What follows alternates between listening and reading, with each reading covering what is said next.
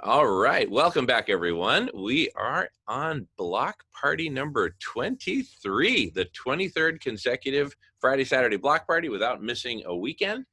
And super psyched to have Michael Gaio with us. This is his segment for the next 2 hours, a new story for humanity. But first, I just wanted to give everyone an opportunity who wants to say hello.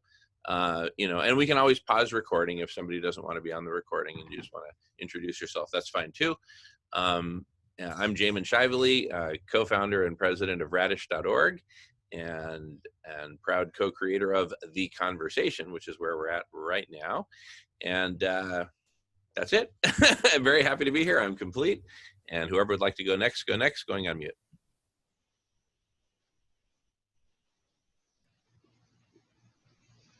Aloha, since nobody else is speaking. My name is Dana. I work with the heart and conscious evolution.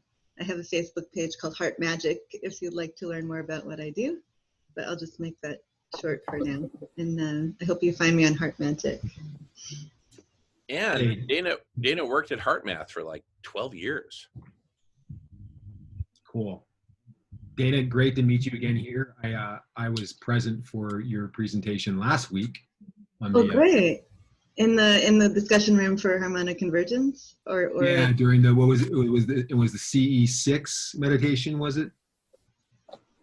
In this room. Oh no, yeah, that's right. No, yeah, you did the HeartMath presentation, and then we had a I did. Yeah. Yes, thanks for coming to that. Yeah, it was great. Yeah, absolutely. I'm really glad I was there, and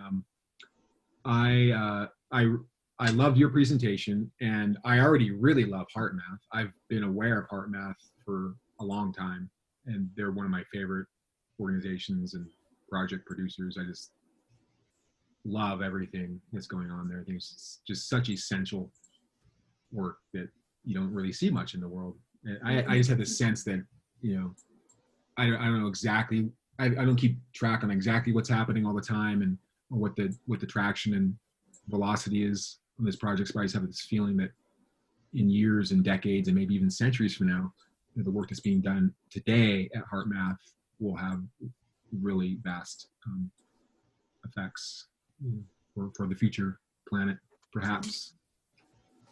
Yes, I think so.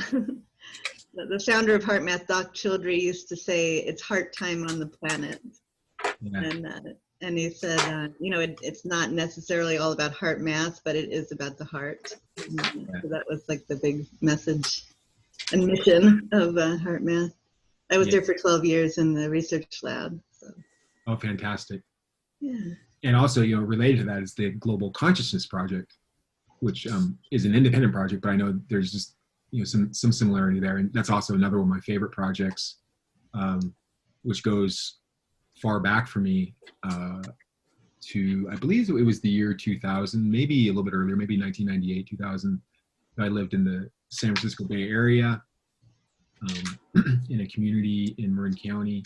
And I was kind of, involved in this, small group of people who were very much involved in these conversations around global sustainability and environmental, restoration and, cultural transformation at the intersection of also information technology. So, that was a large part of my background in the late 1990s and early 2000s. I was very much into the internet, and so are these people. And so we're, this kind of like rare group at that intersection of information technology crossing all this other stuff.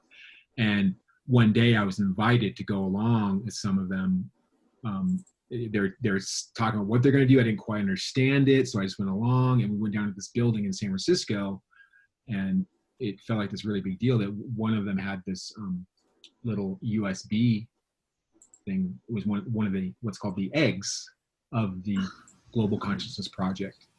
Right.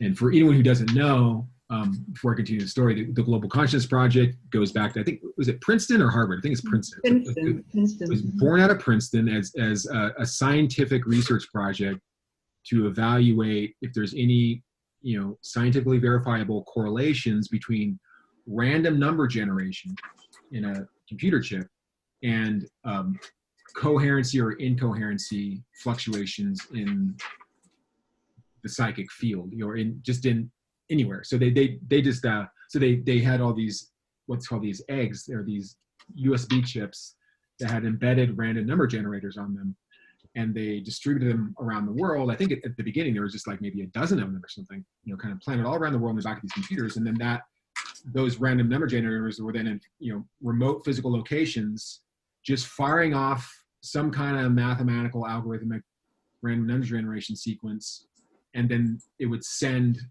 results. I don't fully understand the math, but somehow they could also measure variations in like how random was or something like this. And then that data was sent back to a central computer, probably at Princeton, and then they started measuring results. And what they found is astounding. This goes back to I think the 1990s or early 2000s, is that there is a correlation. They found, you know, again, this is Princeton research. They found a correlation between this mathematical variability and events in the real world, like 9/11 is a good example. So like they have this on their website. You can go and you can see, you can see the timeline of when 9/11 happened on the morning of September 11th, 2001. Then before that, by a number of hours, I think it's like maybe 3 hours or something, there's a spike in the collective consciousness, which suggests that there's actually, you know, prescience, that there's an ability of the collective consciousness to know or foresee or feel somehow the future, right, by a little bit. So, and I think there's other examples of that too. So that's also one of my favorite projects in the same scope. Like with HeartMath, I just feel like, you know, just that little bit of information, just knowing that that's there, this little seed, I think just has really vast potentials for how we understand who we are as the human species on planet Earth, what the Earth is, and what we can become, and what kind of reality we live in. I know also that Adam Curry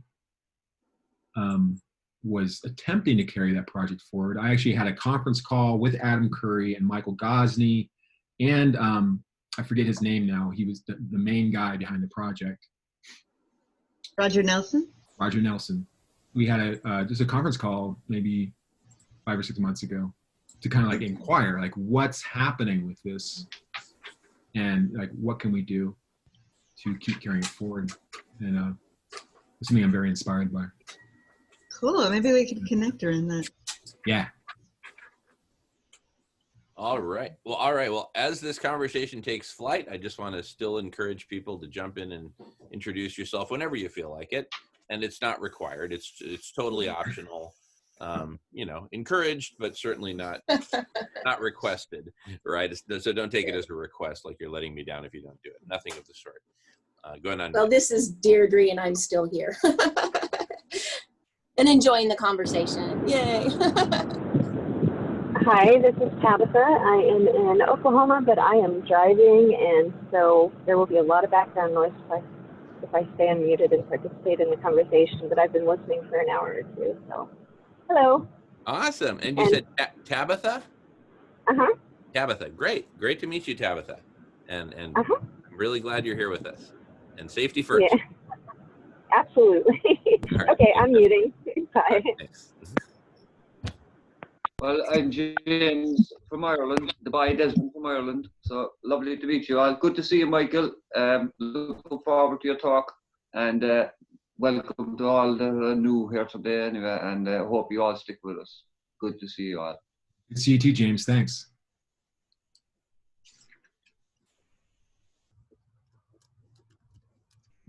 We need an initiation process. I'm just kidding. All right, I guess that's Danny's introduction. All right.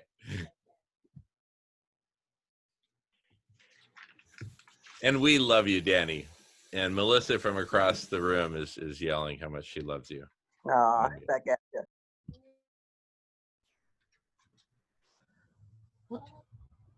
I'm happy to hear that this is going 24/7 pretty much, and just wondering the bigger question, where are all of these videos being saved, and where can are they, I saw that you stopped the recording. Oh, and this is one other question too. it seems when you stop the recording, it deletes the chat or resets the chat. So I'm hoping somebody saved the last chat, because I really wanted to save that, all the conversations I was having with a bunch of people and phone numbers and email addresses. So maybe next time when we do this switch, make sure that people know if you want to save the chat, you have to save it now, because I guess that stops. Oh, I'm really glad you mentioned that, and I didn't know that, so thank you for bringing that to my attention. And indeed, if anyone has any questions about that, please articulate. But going forward, I will let people know, hey. But also more than that, I can email you the complete transcript from the entire block party, and that'll definitely contain the last couple hours or whatever. I mean, the whole thing, right? Is that? But then will it show private messages? It'll only show my private stuff, right? Okay. You know, and And so it'll show my. no, it won't show your private stuff. It'll only show my private stuff, and I'll just scrub out, like if I tell Michael Gaio that he looks cute today or something like that, I'd probably delete that, right? Anyway. It's not going to work because mine are private. If people gave me their phone number, they gave it to me. Oh goodness! Oh, I am so sorry. In that case, I don't. That's weird though, Summer, because I still have the same chat as before. Oh, you know what? Dana is a co-host. So Dana, if you I'm want, actually not. I'm not a co-host right now. Oh, you know what happened? I'm sorry. Scratch everything I said. I crashed. So I lost it. And yeah, that's what happens. If I get disconnected, then I lose the whole thing. And sometimes that's happened even this morning. Okay, so it's I got you. Okay. It's me. Okay. Ignore it. Well, that's good to know. Sorry about that. No problem. All right, well, I'm complete, and I'm just loving all the sharing. Excited to hear Michael's presentation, and but also, part of what makes this such a rich space, and sweetheart, feel free to say hello. Yes. Is that we share who we are, and we kind of all we get related, right? We get related to each other. Thanks, sweetheart. In conversation. So anyway, I'm complete and going on mute. Hey, Melissa. Hi, Michael. Great to see you. It's you too. Missing you. So glad you're back. Hi, Summer. Yeah. Dana, Sophie, tout le monde, everybody. Does anyone else want to introduce themselves? Oh, you want to go ahead, Melissa? Well, for those of you who don't know me, I'm Jamin's partner. I'm a visual artist and an activist for Mother Earth. My work is all focused on protecting all species, especially non-human species, and I use my art as a vehicle for raising that consciousness and teaching. I work a lot with children, so sharing that story. Thanks. And she makes these super cool masks. Oh, yeah, making masks out of my artworks too. There you go. Nice. And it's actually a community project I'm doing, so it's helping out-of-work artists, and part of the proceeds are going to a local food bank to help them survive at this time too.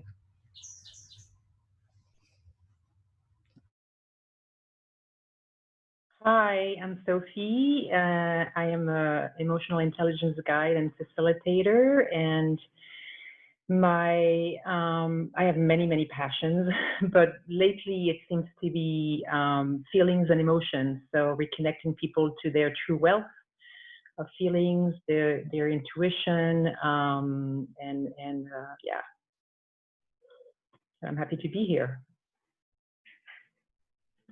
And I channel for the cosmic heartbeat too. I don't know why I need to say that, but the cosmic heartbeat seems to be wanting to talk. So.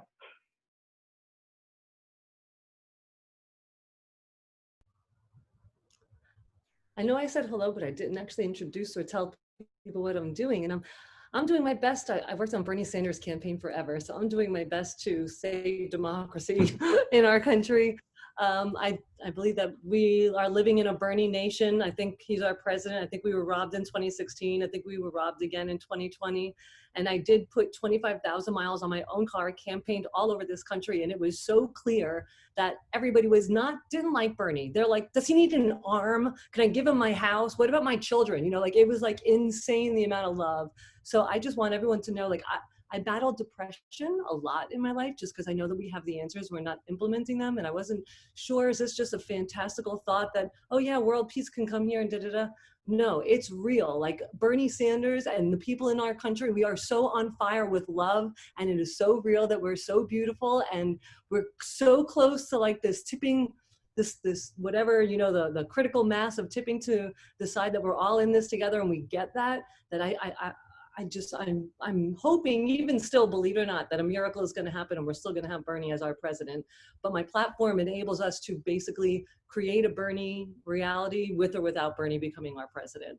So it's voter.zone. And just like the medical marijuana movement is making medical marijuana legal in our entire country, we just have to get hyper-focused locally on doing our politics, put stuff in our local ballot and da-da-da. So that's basically what my website is about. It's voter.zone. If you want to be involved in the nonpartisan site, or if you want to get super low focused with your Bernie-crats, it's Not Me, I'll Stop Family. 2 different websites, one's partisan, one's not nonpartisan. So love to have you there, and I'll be doing a talk about that at some point in our conversations here. Great. I love how you said we're going to create a Bernie world, whether Bernie's president or not. I think that's a good strategy. So I think, you know, in the long term, I think that's kind of where we're heading anyways. I think, you know, hopefully we're moving away from the centralization of having a singular leader to maybe many leaders, or at least balancing more into the collective field of how we lead ourselves. Direct democracy. We have the tools, gotta use them. Yeah, we sure do. Awesome. Yay. Anyone else? Okay, great. Well, thanks for the introduction, Jamin. And I guess I'll introduce myself, since there's I see a few people here I haven't been introduced to yet. My name is Michael Gaio, and my website, one of my websites, is michaelgaio.com. And I am a philosopher and a technologist and a designer. And everything I do is to catalyze and accelerate personal transformation and collective evolution. And I operate primarily at this intersection of where, loosely speaking, psychology and technology kind of intersect. And I have a lot of projects in mind around branching off from that intersection. And one of which is my brand platform, my business brand platform, which is Mythic Systems at mythicsystems.com, which is somewhat of an extension of everything I do, kind of a public interface to some of the more coherent and readily available projects I'm aiming to produce in the next couple of years. And, you know, primarily, you know, Mythic Systems is about this general idea. You know, this presentation now is supposed to be about a new story for humanity. And that's something we've talked a lot about in previous presentations, though we may not speak specific into that today. I've begun to really expand upon my sense of what that really means. You know, where I really started with this sense of, you know, that humanity, that we do need a new story. We don't really have a guiding vision for where we're going, at least not commonly.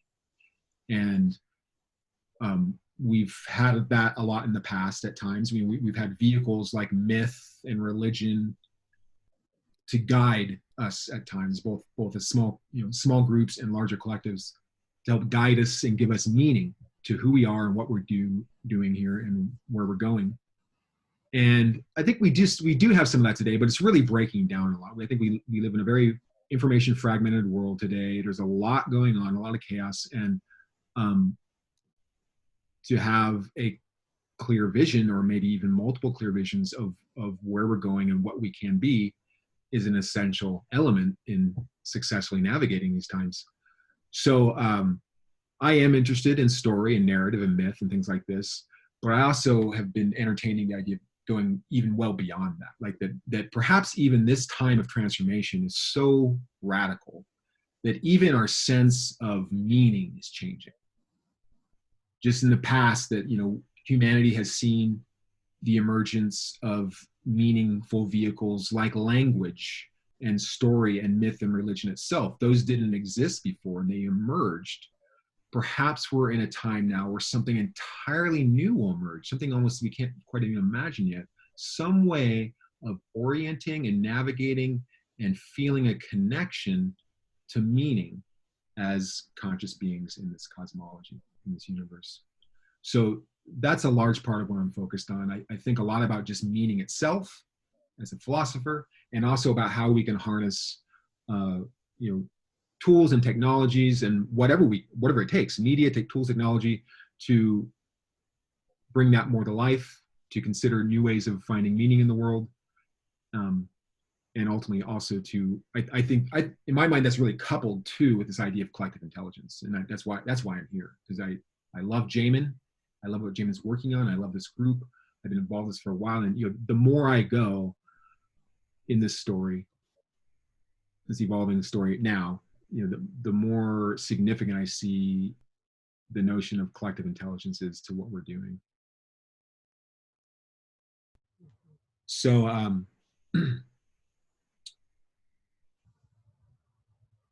I've been doing presentations every couple weeks here for a couple months now.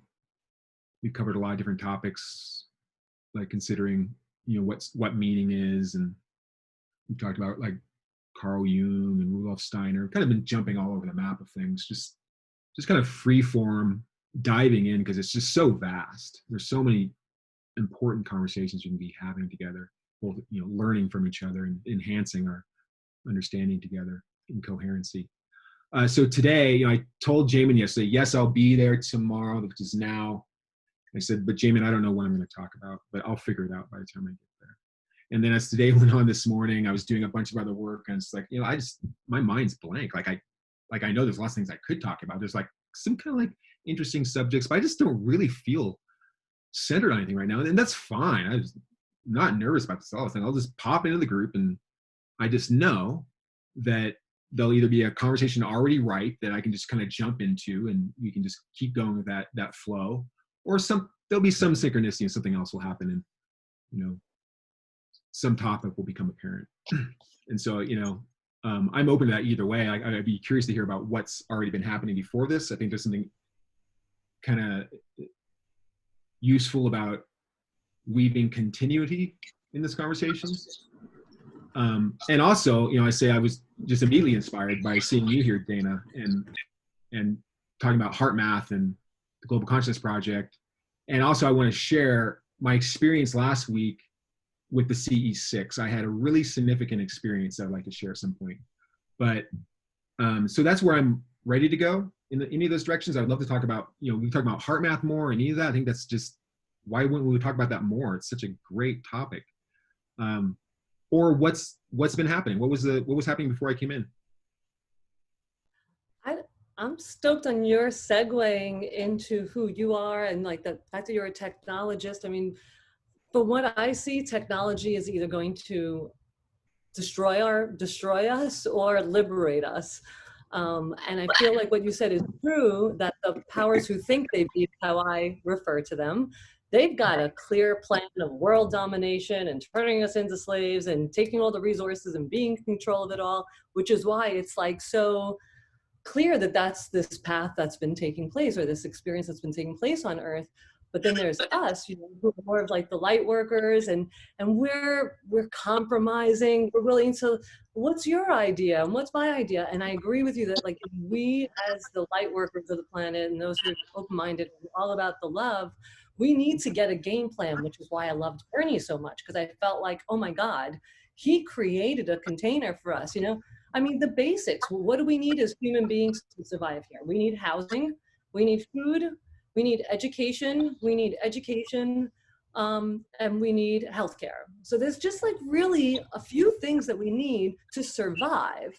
And once we create ground zero for humanity, where all the people in the world have just their basic needs met, and I also include universal basic income, because as we know, technology is going to be taking our jobs, and we want technology to take our jobs. Like Einstein was saying, you know, we're going to be working 4-hour days. Why should we be doing dishes if I can be like painting some masterpiece?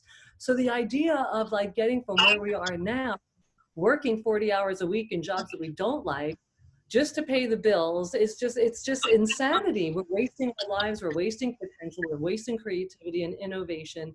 When the price for what I mentioned, you know, housing, food, I mean, even let's just say that we all have a house, we all have food. We just eliminated probably half the world's anger because there's hangry, you know? So now if we all just have a home to be safe and food in our bellies, oh my God, that alone. So that's kind of what I'm doing with my platform, is this idea of what's ground zero for humanity so that we can just relax and not be stressed out anymore, you know, at least on the basics.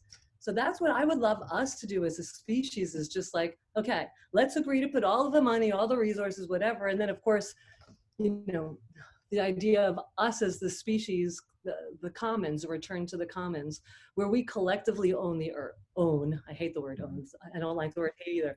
But we collectively steward the earth, so then we all collectively benefit from stewarding the earth. And if we all have, if the earth is partly mine, or the water is partly mine, and I can take even part ownership of that, then I'll care for it more. And if I understand by my caring for it more, I actually even get more from it. Then it's this idea that, wow, yeah, it does still take contributing. It's not this idea that, oh, everybody gets a free pass, we're all just going to sit on a butt and eat bonbons all day. Like, that's not what's going to happen. When we're a part of it, we want to be more a part of it. It's just that a lot of people feel so fragmented. So that's, you know, so my idea is, let's agree, let's create this shared document of, okay, what's ground zero? What can we all agree that we're willing to focus on the base needs of what we need to create? You brought up a good point at the beginning of what you're saying too, about that, you know, this idea that there's a faction of us, or, you know, some kind of force or group on the planet that has a clear agenda, you know, that is operating. And that's something we've talked about here before. That's also a topic I could really get into. You know, the shadow itself, both individually and collectively, is totally part of the conversation and gets ignored a lot. It's my view that, you know, I've been in this for decades now, this conversation. It's my view that, you know, systemic solutions, what I call systemic solutions, things like, you know, new electricity technologies and new agriculture paradigms and education paradigms, those are all necessary and they need to come. But I don't think they're absolute solutions. I think that even if we have, because the thing is, we already have all the knowledge and the resources to do these things. We have the knowledge and resources to create an incredible world for everyone. Yet why aren't we doing it? Or why is it taking so long? Like, it's almost like there's some kind of, like, you know, inertial force in us that's deliberately keeping us back from realizing our greatest potentials. And so even if we did implement these things, I think there's something in the collective unconsciousness, and there may be many elements to it, something to really map out. But that also needs, in the long term, that also needs to be addressed somehow.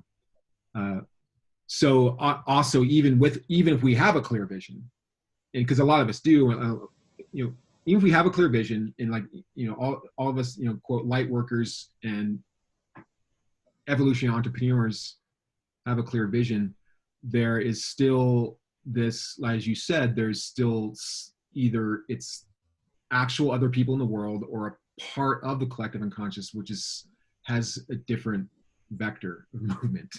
And if we have these two different vectors, you know, that's going to disrupt the coherency of a singular vision being realized. Yeah, Melissa. I just want to refer us to the Hopi prophecy, which was written quite a few thousands of years ago, where they actually talk about the bifurcation of humanity, that there are going to be part of humanity that will walk the red road. So that's the path with the heart, and the other who will continue in this paradigm that's we know is now gone, which is a path of materialism and destruction. And so it just seems that we're witnessing now this very powerful bifurcation of humanity, and we're all able to make a choice which path we're going to take.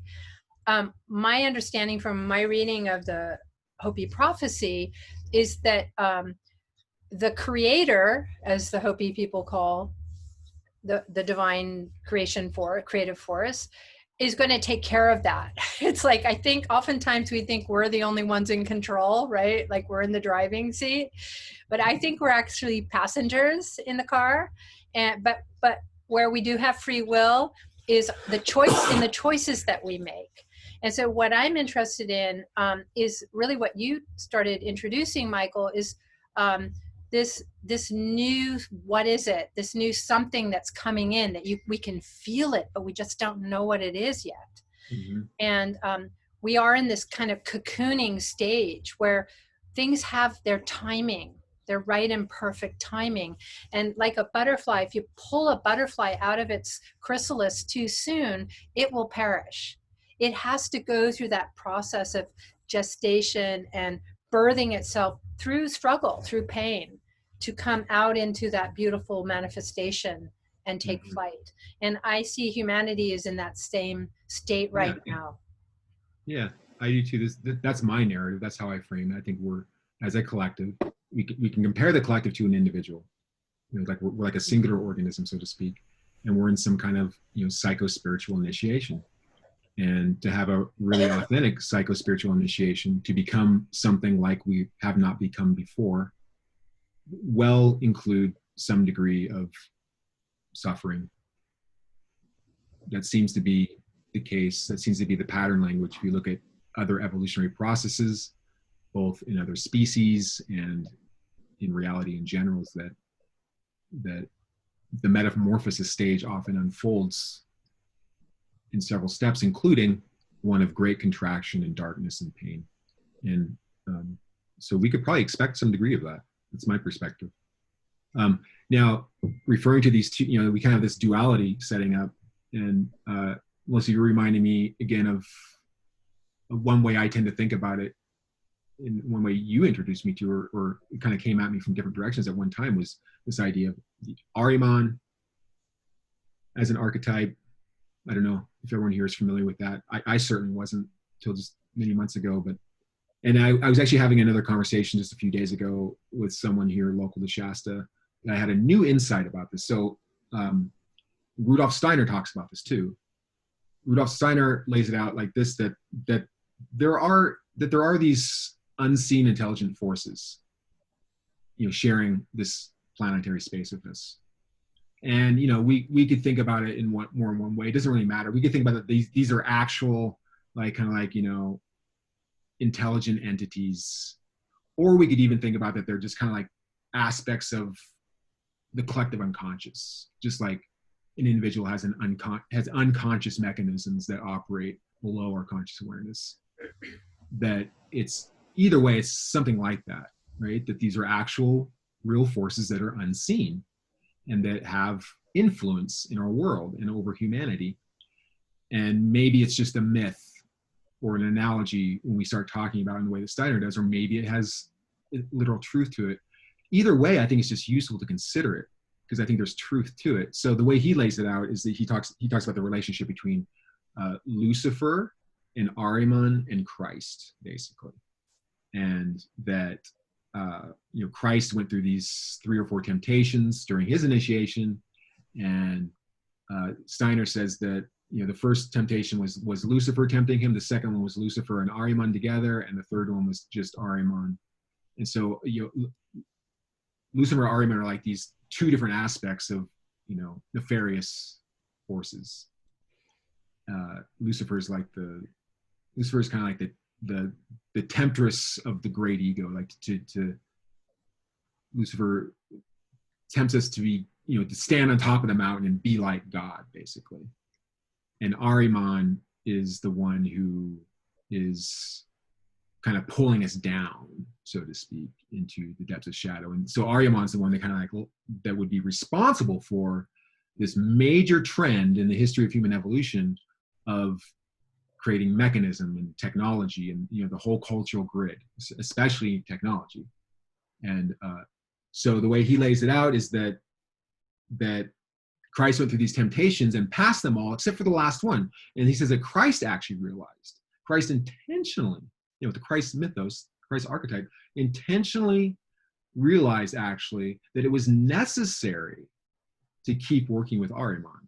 This is the way at least I understand it. There's not a whole lot of information on it, but that there's a longer term story happening here, and that there's some kind of almost like symbiotic, I don't know if that's exactly the right term, but there's some kind of, you know, symbiotic or mutual exchange in a psycho-spiritual cosmic aspect, so to speak, of between the Christ archetype, which is about, you know, purity and integration and virtue at the highest orders of expression, and Ahriman, which is this, you know, super mind of, you know, intelligence, and that's would be driving things like artificial intelligence and virtual reality and all these technologies like this. And that there's this maybe this idea that actually these two things are somehow working together in a similar way that in other psychological literature, the general notion is introduced that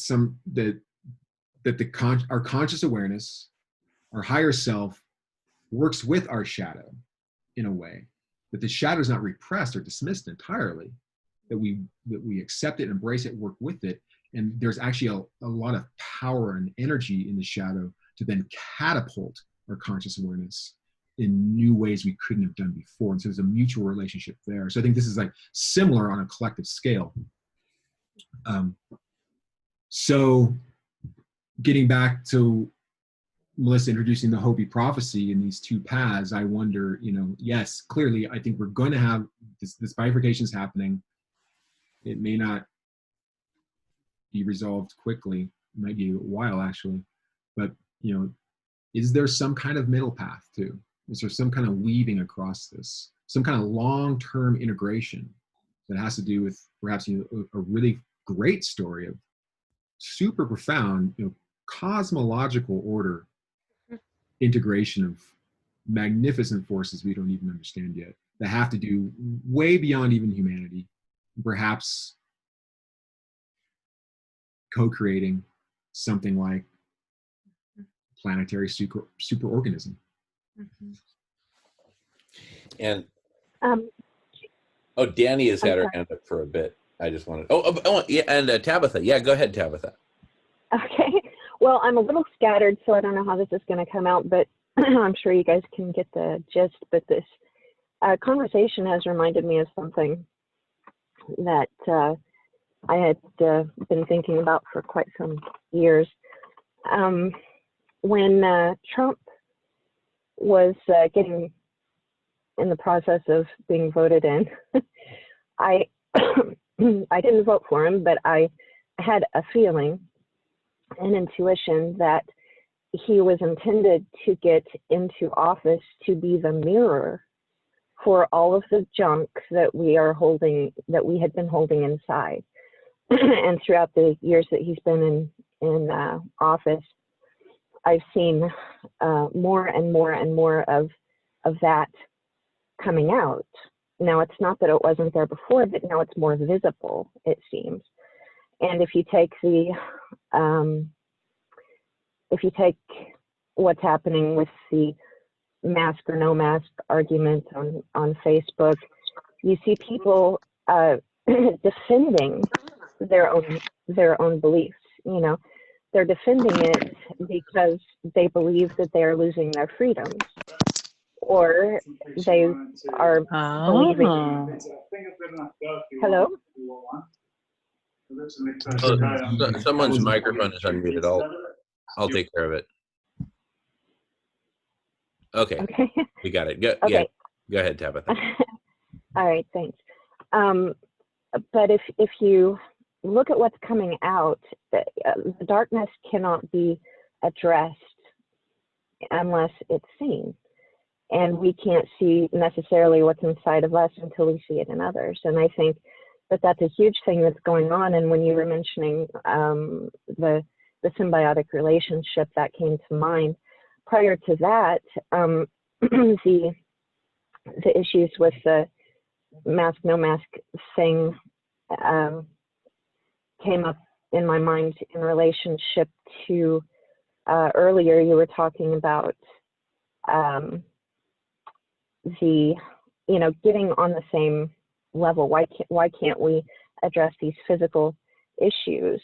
And I think that one of the reasons that we can't address that, and one of the biggest ones, is the defensiveness, the righteousness instead of rightness, and the defensive posturing related to fears that people have, fears of losing their freedom, fears of not being right, fears of being right, you know? And so I think this is the other side of the coin. And if you imagine a coin spiraling up in our evolution, as there is more momentum into healing, more momentum into understanding, more momentum into progressing towards something that benefits all of us, the darkness will be addressed in equal amounts so that the coin can stay in balance as it spirals up that spiral. And I think that we're moving in that direction. I'm going to have to go pretty soon because I'll still stay on the line, but we are getting ready to take the dog to the dog park. But I wanted to get that out so that you guys could maybe consider adding that to your topic or to your conversation. Great. And I'll just a quick response until we go to Dana. Just one thing about that. Zoom room. This idea of you mentioned so much of the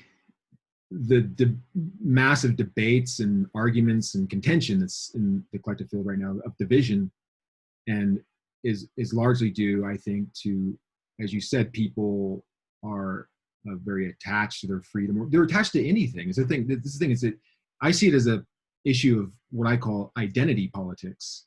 That people don't want to lose their identities. That's what's happening.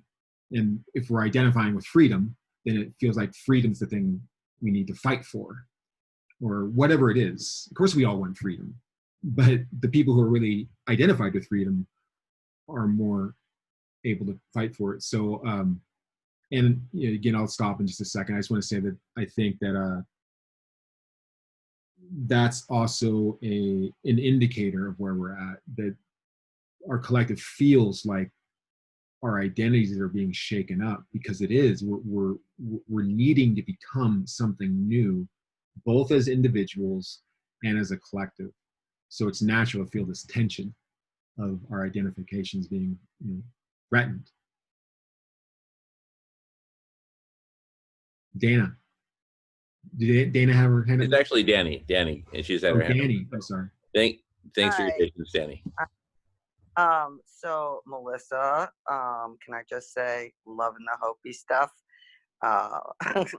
You know, I have some Native American training, a little metaphysical. Anyway, so yeah, and I hope you talk about a fifth world, and as we're moving into the fifth dimension, you know, more and more of those correlations are going to happen. I also learned that we are co-creators, so we do not have the control we think we do. You know, our control is minimum. One of the things we're in control of is our healing. And as we heal the planet.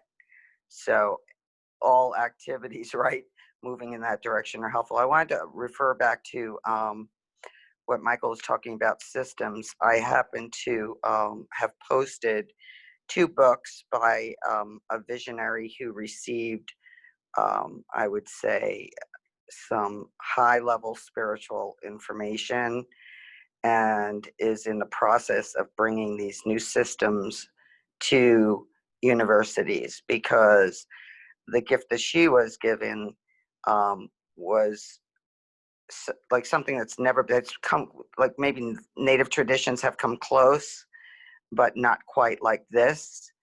And it is regarding, a very defined but humanitarian, harmonious approach to cooperatives. And that this wave of cooperatives is already kind of in reception of a younger group of beings sent here to do this work. And she lays out the groundwork from the humanistic people skills, she calls them. And then there's a whole additional book that has to do with the technical aspects of running cooperatives. And it's really a beautiful thing. The focus on the healing the earth portion is through water capture, water cleansing, water systems, and reforestation, which is huge. In fact, she alluded to two things for me. The Loess in China, where they succeeded in this reforestation of like dead desert dirt. And I think it's called Loess Plateau. And then what is the name of that place in Spain where they started cooperative communities? Mondragon or Mondragon. I don't know how you say it in Spanish. That's actually a big company that's run as a worker self-directed enterprise. Yeah, but it's a big company. Yeah. Okay, I had heard that name before, but I didn't know it was them. I thought it was the area. Okay, so so those are two places we can do research for ideas on how these things roll out, but they apparently are models for creating new systems where everybody is inclusive, everybody has skin in the game. It fosters community, it fosters unity, and yeah, so I would encourage anybody to take a look at one or both of her books. It's really inspired stuff. Thank you. Danny, could you put in the chat the author's name, please? Yeah, I think I did. Okay. Can you go back? You see it says Carol Mineta? If not, I'll just do it again, sweetie.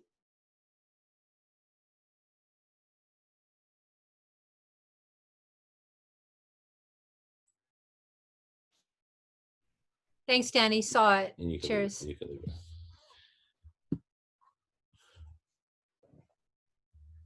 Awesome. Yeah. Go ahead, Michael. And whenever it's convenient, I've got a couple of points to make, but no hurry whatsoever. Go ahead. Mm-hmm. Oh, go ahead, Jamie. If you have something to make, go for it. Yeah. So thank you. So one little story that I just came up with kind of conveys what I want to get to. So the story is called of lions and humans. And so it's totally made up, totally imaginary. But imagine that the planet was there were no humans, and there's all other wildlife was here, and lions are king of the jungle, king of the Serengeti, whatever. And that's just the order. Aliens looking from space would see a sentient, intelligent species at the top of the food chain with big hearts, lion hearts, and basically, everything's in balance and everything's cool. Pretty cool planet, right? And then humans came along, right? And we started doing our thing. Now, here's just one perspective among many, is that, humans are more intelligent than lions, or, we've got language and we've got opposable thumb and we've got whatever. We've got just better technology, let's say, for being the new apex predator species. So we become the new apex predator. And the aliens keep watching. They say, okay, there's a new, top of the food chain. It's called humans. All right. Now imagine, fast forward at the rate of our exponential evolution. At this point, fast forward a few months, and imagine that the aliens look again and they say, whoa, there's a new, there's a whole new order. There's a whole new species there that's just vastly more intelligent than the humans. And it's called the collective, right? It's called the one. And it's just all these humans came together and became collectively super intelligent by creating this vast network of conversations that just drew in ultimately tens of millions of just like super dialed in. Can you imagine the 1% most dialed in humans? That's 75 million people. That's a lot of dialed in people, right? And I'd say, anyway, I've made my point, and we're on our way. So let's let's really honor this Excalibur sword that we accidentally pulled out of the rock, or intentionally pulled out of the rock, or whatever. But the bottom line is it's in our hands, and Michael Gaio is going to tell us what we can do with it. But I just wanted to. Can I just add something Of course, to that? of course, So of course. I think it was going back to something you asked Summer, or maybe it was Michael, about how to what is the bridge between the two polarities, of the heart path and the other path, the materialist path. And what came to me was the bridge is the conversation. It's not a physical thing. It's the conversation. And then what this also links back to is something you said, Michael, about Ahriman, Luciferic and Ahrimanic influences on the planet. So like everything, there is a bien et mal. There's a good side aspect and there's a shadow aspect, as you spoke about. So the Luciferic force here on the planet is really responsible for all the elemental beings and the soil, the health of the soil and the life of plants.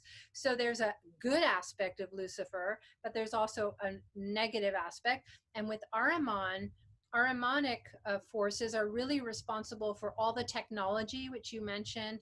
So for example, the Waldorf teachers, a lot of them, when they go to use the dishwasher at a school, they say, thank you, Ahriman, because we would not have that technology if it wasn't for Ahriman, the Ahrimanic influence. Now, with Christ consciousness, what Steiner says is we need to balance the Luciferic and Ahrimanic forces to have harmony. That's where Christ consciousness comes in, because that's compassion. And that's the divine feminine. So going back to this bifurcation of humanity on these two paths, the path of the heart and the path of materialism, through conversation and through compassion, so Christ consciousness, we can balance these opposing forces and create harmony. And I think this is the way forward. I fully agree. Yeah, that's the way I look at it. I see Christ consciousness as both compassion and an integrative force. I see it as even an archetype that goes beyond Earth. It's prevalent in the cosmos. It integrates things. It's all about integration. So, yeah, exactly. You have Lucifer, Ahriman, two sides, and they both have positive, negative aspects. And then the Christ is between them, integrating them. And another way of looking at this is looking at our own brains. We have a left brain and right brain, and one is kind of like Ahriman. It's structured. It's about seeing networks and understanding the world from a rational perspective, and the other side of the brain, which is intuitive and artistic and more life-giving.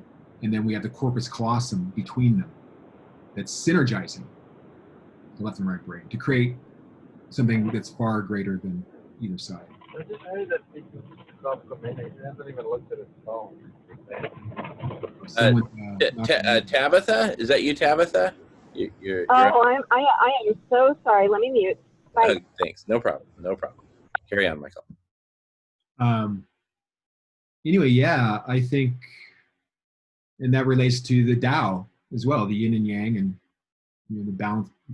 The whole Tao and the Chinese philosophy is all about balance and integration and harmony. So this is the way I look at it, and that's why I feel, if we get more specific to what's happening, like we could bring in the conversation around Elon Musk, for example. A lot of people don't trust him. I'm really inspired by what he's doing.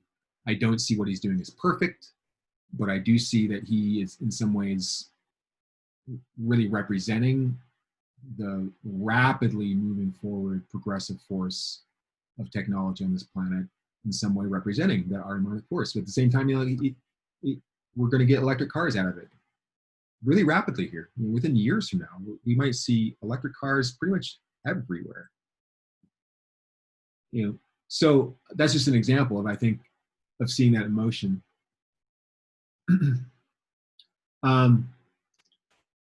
So I want to get back to what Jamin, you reminded me. Also, I want to share a story about what I experienced last week after we talked about heart math, and we went into the CE6 meditation, which is the first time I've done CE6. And for those who don't know, I don't know a whole lot about CE6 and CE5 and CE4. But I was just introduced to CE4 a couple of weeks ago. So there's been a lot of synchronicity around it for me. And I live in Mount Shasta. And Mount Shasta has this kind of reputation for being this, geographical portal for, higher frequencies and greater intelligences. And I can attest, it's true. Living here has really opened my eyes a lot and given me more keen insight into the very real nature of what I call diverse intelligences, really. We're talking about collective intelligence here, we're talking about human intelligence. You can go out and into the forest and you see intelligence everywhere. It's in the anthills and the trees and the mycelium. There's just intelligence everywhere. And there's intelligences we can't see. There's intelligences, there's high frequency intelligences, there's low frequency intelligences, that are unseen, that want to be unseen. All these things, I call them diverse intelligences. We live in a vastly intelligent universe, and we're just beginning to discover this. But so, I have an open mind to these things, though I also like to ground it in my direct experience and I don't really talk about it a whole lot. But I was introduced to this idea of the CE4 meditation a few weeks ago from a good friend. That CE4 was, I guess, developed by Greer, who's leading the Disclosure Project around extraterrestrials and things like this. So this meditation is designed to apparently communicate or invoke and transmit with these higher intelligences and extraterrestrials. So we did the CE6, and set an open mind, equanimous mind, just seeing what would happen. I had a really interesting experience near the end of that. It must have been like 20 or 30 or 40 minutes into it. The very end, I was, it was just the whole time, I was just kind of just riding it easy, just relaxing, and just really focusing my attention to be with the group through this channel, which is amazingly through this Zoom channel, this virtual representation, which is really connected with this 200 people that were here through the CE6 meditation. And near the end, I had an experience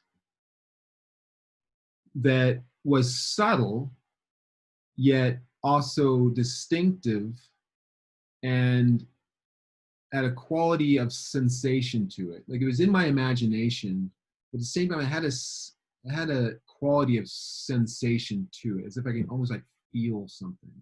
This is hard to describe. When we're talking about, the capacities and functions of the human mind, and the differences between imagination and dreams and psychic visions. There's these super subtle distinctions between things that some of us might know about from experience. We don't have a lot of language for it all the time. But I have some experience with that. And sometimes when I'm receiving something in my mind that seems like it might be coming from my own imagination, there's an extra quality to it that suggests that it's a bit more than that. It really felt like I was really touching into something my mind hadn't touched before. And it kind of had a shape and some color to it, but it was mostly just the feeling and the sensation behind it. And what it was literally, Jamin, I want you to hear this, Jamin. It was as if what we were doing together on that CE6 group meditation was we were actually constructing a collective intelligence in psychic space. It was like in this kind of like, space slightly beyond what we normally think about space. It was like this little assembly of a brain thing, but it was very different than what we think about as a brain. And I also get the sense that the other intelligences, benevolent intelligences that we were open to, were kind of like helping guide that and just showing us, or showing me, or all of us, I'm sure other people had experiences too, just going, yep, that's it. That's what you're here to do. There's just a little sampling of what you're here to do. Just like, kind of like a new toddler being given some like clay or Play-Doh and a couple Tinker toys. And they kind of fumble and they construct this little like tetrahedron with clay or something and sticks. And they're like, oh, and we're like, yep, that's what you can do. You can build these things. It was just a little sampling of that. And, but yet it wasn't an idea. It was a real direct sensatory experience, psychic sensory experience. And those are gold. You experience something like that. I know it might sound really weird. And I'm kind of a strange and interesting person, but well, I stand by my direct experience that was true, and I believe it's true. I believe that's what we're here to do. That we're when we're talking about building collective intelligence, there's many layers to it. We are going to build actual, network structures, and we're doing it now. This is a form of collective intelligence, what we're doing now, and we've had other forms in the past before this technology, and there's many different avenues and types of collective intelligence we can create, and that was also one that we can actually construct these very novel forms of beingness that can only be done when we as human beings come together in groups like this and in that particular way. I think we have a lot to discover there. There's a lot, it's a big frontier we have to discover. And I think that is a part of what we're talking about, of filling in the gap and finding that symbiotic medium between these two sides. You gonna say something, Jamie? Oh yeah, I'm sorry. I didn't realize the mic was unmuted. So I love everything you're saying. And, in terms of tapping into these, I'll just call them other beings. I don't know what to call them to be respectful, whatever the PC term is. But, higher intelligences, whatever, angels. For me, it makes all the sense in the world that as we co-create this collective intelligence, that our antennas, our receptors. So imagine that instead of Mount Arecibo, a whole bunch of people in Puerto Rico just like held up mirrors or something like that, or you know what I'm saying, and concentrated the beam at some concentrator, right? We're kind of like that. We're kind of like just a bunch of hairy people in the jungle holding up big mirrors, holding our hands together. Michael looks like a hairy guy in space, so, but it's like we're space monkeys. That's what we are. Yeah, and look who's talking, right? Anyway, so, but it's like we're all just like holding up these, and we're making it happen. No surprise, we're getting this kind of channeling you're talking about. I'm not surprised in the slightest. I'm not either. I've had other experiences like this. I don't talk about them a lot, but yeah, I'm not surprised. I think we can expect more of this. Steiner does talk about that angels and guardians and higher, the light workers, higher ascended beings, that they want to work with humans, but we have to ask them to work with us. Yeah, that's true. And so it sounds like you really did come into contact, which is so awesome, and it was so beautifully described. Yeah, we do. Yeah. We need to ask, and they can help. And if we're ever getting help without asking, it may not be the right intelligence. Do you want to work with it? Interesting. Yeah, and this is like an ad hoc committee for the integrity of that channel, right? Because here we're just coming totally open-hearted. And like, if I were to suddenly come forth and say, hey, everybody, I just figured out a way that we can all make a whole bunch of money out of this, right? I'd get shot down in an instant. Melissa would probably, I don't know, send me to the bathroom for a timeout or something, right? But or worse, right? But anyway, you get my point, right? Thanks.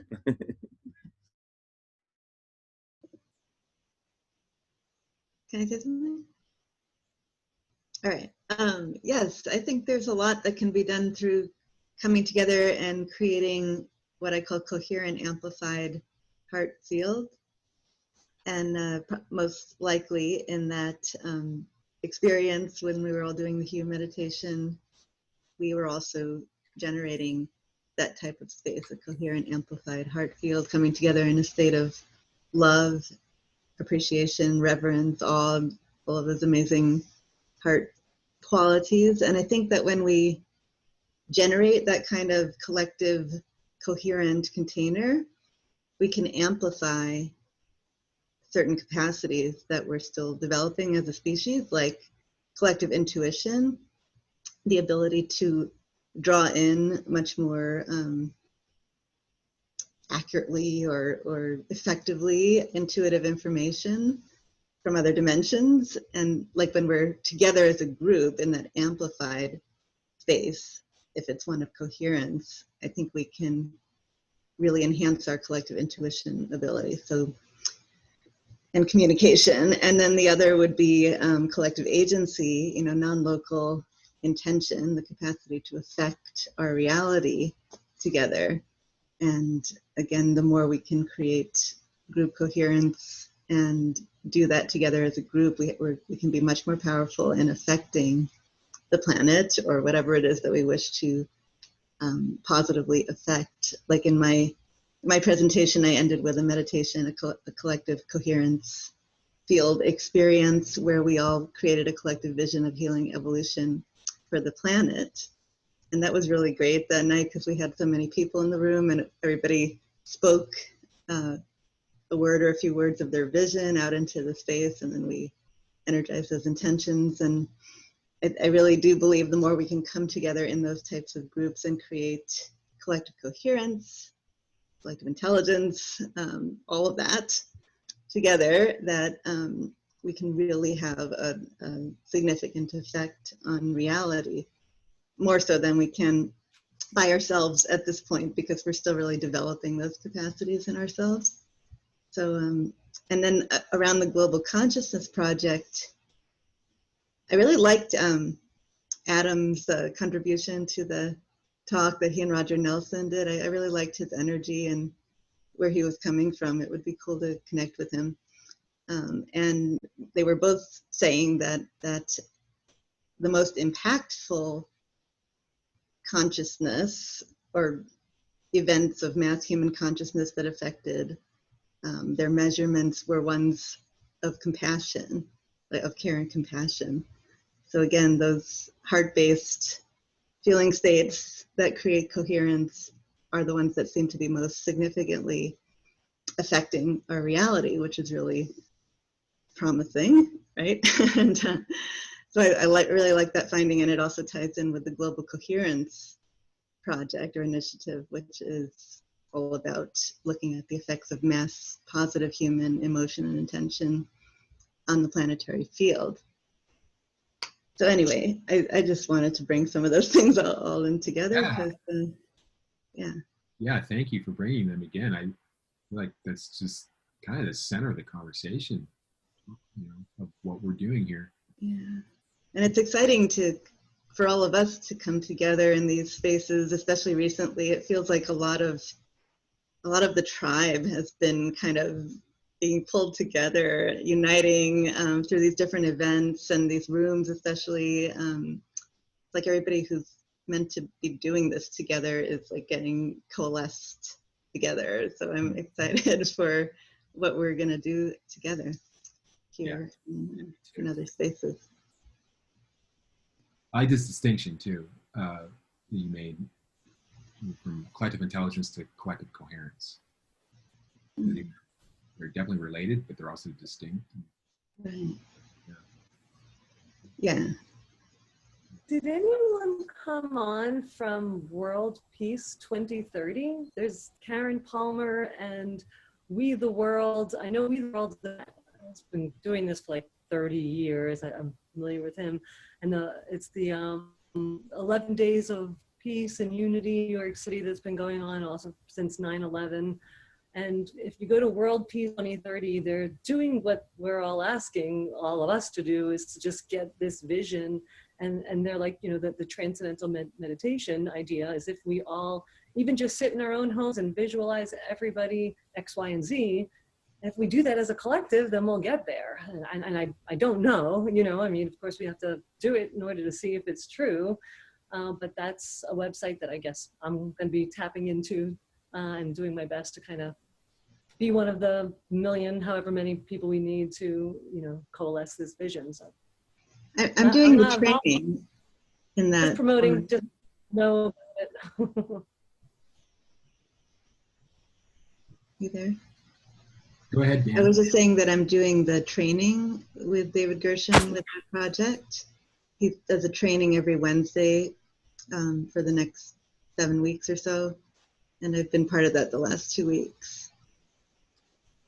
Can you pop a link or information about that into the chat window? Yeah, I think so. I'll find it. He does it, you can go on Zoom or on Facebook. I think it's on the Unify page if it's on Facebook. Okay. And a lot of people participating. He's calling it a Jedi training, and it has like 7 core frequencies. I really like his approach. It's I find resonance in it. Who's that again? David Gershon? Yeah, I'm doing the Jedi training, and they're doing Peace on Earth by 2023. Nice. Thought it was 2030. Oh, 2030, yeah. You're right. I don't know. I said 2020. It's like, I was just thinking. But I was going to agree with you about the meditation, because were you online yesterday with us when we did that? Or were you already gone? I wasn't here yesterday, unfortunately. I am. Okay, yeah. So when right now. Yeah, when we were in the Zoom room yesterday with the participants that were on, we did the same type of meditation, and we did like a transurfing layered, where everybody got to share and what they would like to see manifest. And so as a group, then we did like a quantum jump meditation, and we sent it out into the universe. So we did that yesterday too on the Zoom channel here. That's great. And should you do that again, or lead one of those again? Maybe let us know somehow, or email us. Yeah, it was kind of like impromptu. Yeah. So they just asked me to do it online yesterday, so we did it. So. That's cool. But yeah, anytime you guys want to do that. Same here. I could lead similar kind Can you of thing. put that in the chat? With the piece, the training, the Jedi training, please. You might want to suggest they advance the date because we are running out of time, and 2030 is a long way off. Yeah, and here's the thing. This has to happen in a matter of weeks, because we need to refreeze the Arctic, we need to cool the planet, and we need to do that this year. And the year's more than half over. So here's how I see this going. Either this trend of humanity coming together, and Deirdre, I know you got your hand up, so I know, but I was already just jumped in because everybody else. But you guys all do know I live in the Arctic. I live in Alaska. Yeah, exactly. So we've got the Alaskan perspective. We've also got the Canadian perspective. Thank you, Paul Beckwith. But anyway, here's what's going on. Sam Karana just tweeted that there's holes in the ice up there where it used to be the thickest. This thing is melting fast. This ship is sinking fast. I'm just talking physics now, right? On other planes, you know, this is the best of all possible worlds, and it had to happen this way. But here's my point. Either we're going to continue to come together and it's going to exponentiate, or it's going to be like some lame little, you know, and then everyone's going to kind of go back to whatever as usual, right? That's why I suggested to you in the email, I don't know if you noticed it, about starting like a page where we should do jobs, because currently in Alaska, there's an opening for, with the ocean, the AOS here, and it's on climate change. So if we get people that believe in this in those slots, then we can actually create and bring about what we'd like to see faster. So like a job networking would be cool. That would be totally cool. But even those kind of networking and filling jobs, and it takes you 3 months just to get up to speed and all that, is a very slow trajectory compared to the one I'm about to talk about now. Okay, go ahead. What I'm about to talk about now is exactly this. We are coming together in ways that are so powerful. Michael, you just described a very powerful experience. Dana, you live and breathe this every day because that's just who you are. Look at all of us coming together. Look at who's in this room, and look at the level of conversation we're having. Look at how this is growing and evolving, right? We now have a super amazing partnership with the Harmonic Convergence. We are,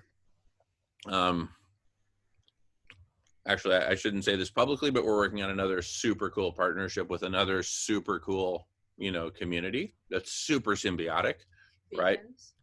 Well, we've also got a super cool partnership with Vegan World 2026, with World Unity Week, with so many great things, right? So what's happening is convergence is happening, and either this is going to continue or it's not. Is it isn't it obvious to everyone in this room this is happening? This is a go, right? It's like, hello. And so this thing is going to exponentiate. And as it does, we become this other species. We go from caterpillar to butterfly. We're about to take off, everyone. And it'll be just in the last moments of the James Bond movie or the Mission Impossible movie, just when everything is about to explode and the whole world's about to blow up from 20,000 nuclear bombs going off at once, to, you know, we're sitting in a field and butterflies are flying and, you know, and we got big smiles on our faces. That's exactly what's going down. Everything's coming to a head right now. So whenever I hear the word 2030, by 2030, I just shake my head. Sorry, that's the wrong date. It's by 2020. We need to really have our stuff fast on track, because otherwise we're gonna be facing mass famine. Right. That's probably why I said 2023, thinking we only had 3 years to. But I think We don't know. We have like 3 months basically. Right. To get and this, together. Huh? I was going to say the Jedi training is part of the kindness games. Have you guys heard about that Unifies kindness games? Survival of the kindness. It takes place in September, where you do acts of kindness, and anyway, I can post that stuff. I was looking it up, but that was all part of that. Yeah, well, I just want to address what you're saying, Jamie, because I hear what you're saying is you're representing another aspect of the collective voice, and this voice has been saying this for a long time. And there's in my experience, and just hear me for a second, because I know this could be a little bit triggering, but and I'm not talking about your voice, I'm saying the message that we have to solve these major problems like by next Thursday, this kind of thing, because that's what it feels like. Doesn't feel like a coherent voice to me, because one, I'm just representing a perspective here that I'll bring back together into something, but it's an authentic voice. We're in a state of emergency. There are real threats out there, and there are real problems to be solved to save people's lives, and perhaps all of our lives. And then again, as I said at the beginning of this presentation, why aren't we doing it? And why has it been taking so long? Meaning that even that same voice goes back to 1970 at least. People like Dwayne Elgin has been talking about this stuff for a long, long time. Other people too. Why do we have so much collective inertia to get and when what you're talking about specifically is a physics problem that requires engineers and physicists people. I'm not an engineer or physicist. I'm a little bit of an engineer, but I'm not the guy to solve that problem. And so we need the resources, the money, and the people to do that.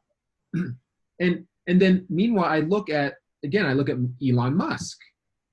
Okay, he is solving. In fact, he just did solve. If people aren't aware of it, whether you like Elon Musk or not, he's just solved the electric car problem, just pretty much recently. People didn't believe it. Tesla goes back to 2002, 2003.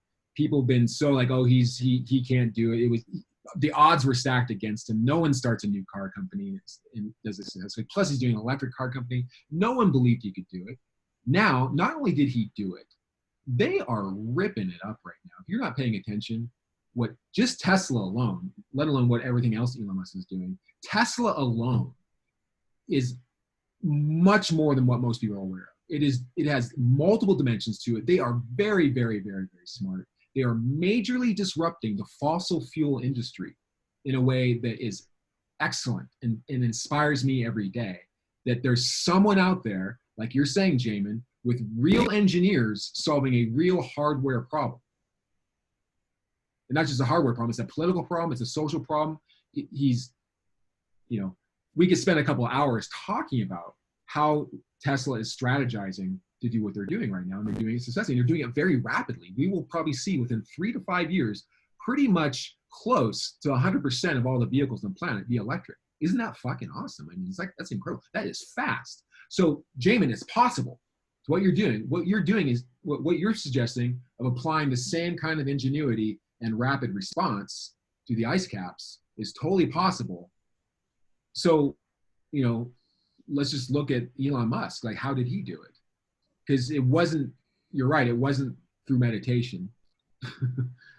I don't think he does, but that's okay too. You know, we need a bunch of more people like Elon Musk, or we need more Elon Musk or more groups like that who are operating that way. But at the same time, I don't think that negates what other people are called to, that there could be parallel paths. Because as I said before, I don't think that systemic solutions aren't going to solve it. We can patch up everything systemically in a physics way, and still we'll have pop-a-mole. We'll have new problems popping up until we address the psycho-spiritual element here, and the existential crisis that's going on. So I just want to say that, I mean, I'm not. Hopefully you already understand what I'm saying. I'm saying that I think there's more than one thing happening at the same time, and a third element to add what I'm saying here too is that I got this from Dr. Berg, or this new guy, Dr. Zuckberg, I think it is. He really frames this well, talking about his experience as a doctor. He's a real doctor for decades now. He works with people who die in hospitals, or like any doctor. He has patients, he tries to heal them. Sometimes they die. And so he's been around in the operating room with people who are dying on the table. And he's had many, many, many experiences of where people die, their heart line goes flat, they're gone. And then sometimes, on rare occasions, they come back. And he says every single time they've come back, every single time, they all say the same thing. Why'd you bring me back? And they saw the white light tunnel and all this kind of thing. And then they're back though. At first they're like, why'd you bring me back? That was nice. And then they come back and they get into their lives again. And now they're totally changed because they went to the other side. He says, and I believe him, I think that, again, getting back, I think that we're in a shamanic experience. You know, these emergencies we're facing, of course, let's try to solve them consciously if we can, but also, I think we are in some kind of a collective death process. We're probably going to have to push up against some of these dangers really close in order to get something like a real death process so that we can really, really get it. You can't just pretend to die, you know? So that's part of how I just hold this. I don't know. I hear the emergency in needing to solve that in 3 months. I don't know if that's realistic. And so, and also that we have, a couple other dozen problems like that to solve in 3 months or 6 months or 12 months or whatever it is.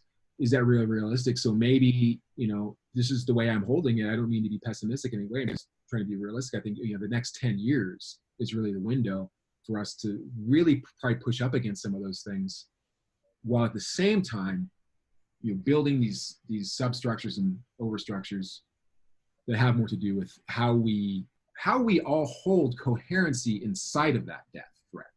That's the thing. It's like, because that can happen at an individual level too. That some of our wisest sages in history would say that that's the moment. Our whole life is a story that builds up to that last moment. We're all going to go there. We're all going to have that moment when we cross over to the other side. And how we hold our consciousness and our calm and our coherency at that moment, they say, makes all the difference. Everything else, everything in our life, everything we know goes away at that. And we only take some few things with us across that. And so I'm also thinking that as we go into this stage of a lot of dangers and a lot of potential threats and potentially even people dying, can we also hold a coherent state in that while we are here as a species? So I'm done, Jamie. Thank you, Michael. And I see Summer has her hand up, and so does Linda. I just would like to respond, since as Michael said, was responsive to what I said. So first of all, love what you said about the relationship between greater coherence gives us greater intelligence, right? What we have here is a platform for coherence, right? If there is some misunderstanding or somebody doesn't know, we talk about it. This is instant coherence. What's happening here on Hollywood Squares is instant coherence, right? Near instant coherence. Okay, and that's giving us this amazing collective intelligence. And out with this collective intelligence, we can design the next version of this platform, right? A better Zoom, AI, bots, a better search, whatever, to search the transcripts of these conversations and really, I mean, here we've serendipitously, in a very blessed way, found each other, right? But you know, Creator helps us, but also she also requires that we get up in the morning, and you know, and do our part, and that's what we're doing here. We're putting in these long hours, right? We're digging into these topics. So this greater intelligence is enabling us to create a better platform for even greater coherence, which will result in greater intelligence, which will result in greater coherence. So it's a beautiful dialectic that's now accelerating super, super fast. As regards 3 months being realistic, I didn't say we have to solve the problem in 3 months. I'm just saying within the next three, we really have to get our house in order internally at the level of collective of the collective within the next 3 months. That's for sure. Why? Because we could have an ice-free Arctic as soon as this summer, and massive crop failures leading to mass starvation. And we're basically, you know, we'd get pushed into a super hot Mad Max, you know, nuclear meltdown, Fukushima times 440, miserable hell on earth. Now, precisely the way that I think we're going to beat that tidal wave that's coming is precisely with a tidal wave of our own, an exponential, this exponential growth in intelligence, in coherence, in the platform, in the number of people who are participating, right? In the network of conversations, in our ability to make sense, in our ability to design and deploy very rapidly solutions for SRM. The top two for not just cooling, but refreezing the Arctic, we can deploy on a mass scale very quickly. We've got all the technology we need. We just got to do it. This platform here, this community here, what we're doing right here gives us the collective power, the collective will, the collective intelligence, the collective sense making, the collective heart coherence, the collective, you know, Arecibo mirror in Puerto Rico that we're all, you know, holding together, that you touched directly, Michael, in that last meditation, right? This is all growing exponentially. This is creating the superorganism. The superorganism is going to be able to do SRM in like weeks, you know, once we're all coherent. The key is getting together. Once we're together and in sync, we can work miracles, right? And especially as we sync up with these other beings that I keep referring to, all right? So this thing is happening exponentially. We have the ability to do it. We have the trim tabs. We have the technology. We can create the world's first superorganism. Boom, boom, boom, boom, boom, boom, boom, boom. Anyway, I've said my piece. I thank you all for listening. Go ahead, sweetheart. Can I just read something a friend sent to me yesterday, and I just wanted to share it. It's one sentence, which I think really also summarizes, you know, just this living fully in the present moment, the here and now, because that's really all we have and have ever had. And it says, every act a ceremony, every word a prayer, every walk a pilgrimage, every place a shrine. And I just really love that. That was such a good reminder for me, you know, just that everything we're participating in is holy or sacred. I just wanted to share that. Thanks. And imbued with meaning, as Michael was saying. I love what Michael was saying earlier about meaning. This is just a much more meaningful time. It's like meaning is back in. I remember in the mid-'70s, meaning didn't count for squat in my world. It was all about, you know, stuff and grades and school and sports and meaningless crap. Now, there's one other point I wanted to make, and then I'll pass the mic to Summer, followed by Linda. But in terms of what Elon Musk is doing, consider that what Elon Musk is doing is analogous to, you know, the Windows operating system. It's great. It was built by a for-profit hierarchical company with a very smart person at the top, and da-da-da-da, and all this good stuff, right? If that's Windows, what we're doing here is Linux. Now, Michael, what operating system is your computer based on right now that you're using right now that you're looking at? Mac OS. Mac OS, which is based on Linux. Linux. Well, same here, same here, same here. Okay. Anyway, we're the Linux, and but we're taking off exponentially. Anyway, so thank you so much, Elon Musk, for pointing the way. Watch your left side, because we're about to pass you at 350 miles per hour. And with that, that's a really good analogy. I like that. It's true. And I think, was Linux inspired by Windows? Absolutely, in large part. It really is inspiring a lot of people. Yeah. Oh my goodness. No, Linux wouldn't be Linux without Windows.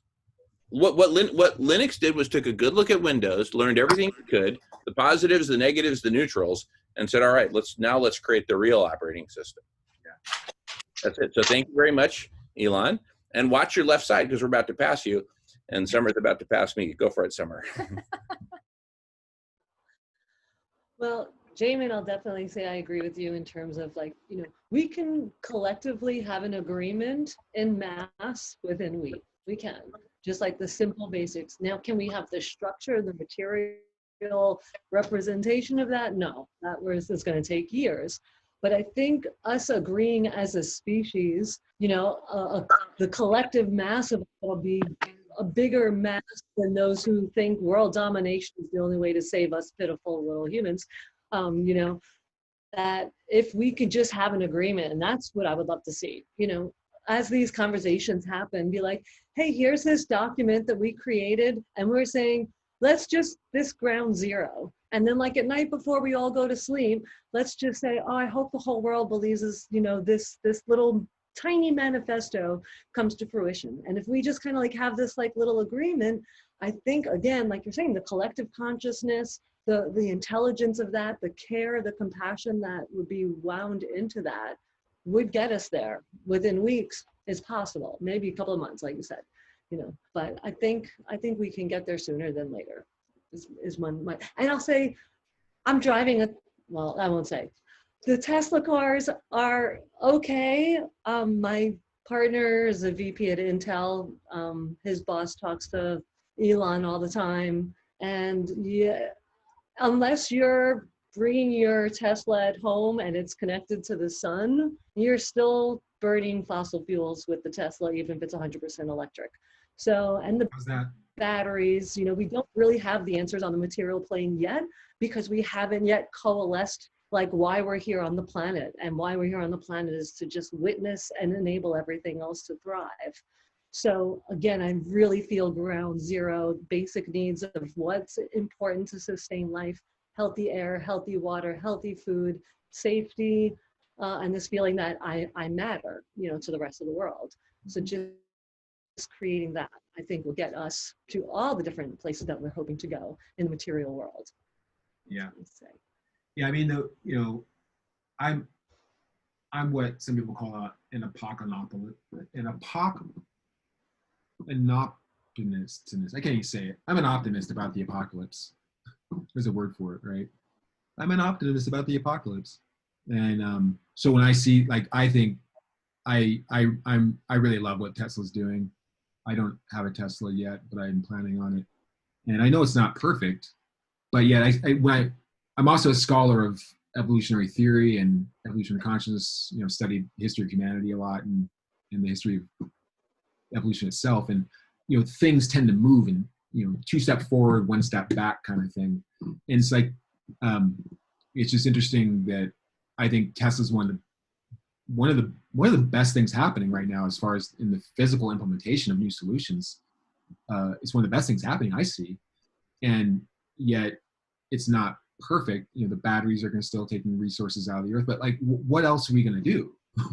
You know, should we all go back to bicycles? It's just unrealistic, you know? So that's just the way I look at it. But, and then, you know, hopefully someone else will go, wow, this is great. Now let's, like what Jamin's saying, let's pass up Tesla and do an even better way of mobile transport on the planet, you know, whatever it is. And then we'll keep going again and again and again. It's always an optimization. You know, evolution tends to always continue to produce more and more novel ways of representing consciousness and form.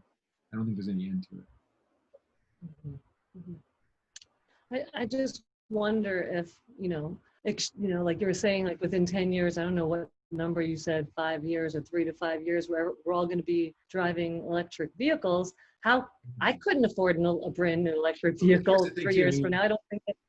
Maybe we should do a whole special on Tesla someday, because I watched their videos all day. There is so much happening there. I'm sure that most people don't know. It's incredible what's happening. The prices of their cars are going to continue dropping forever. They are so smart. it's a completely new paradigm of doing automobile. Completely. It's not just an electric car, but everything they're doing is going to change the way that the automobile paradigm is done for everyone forever.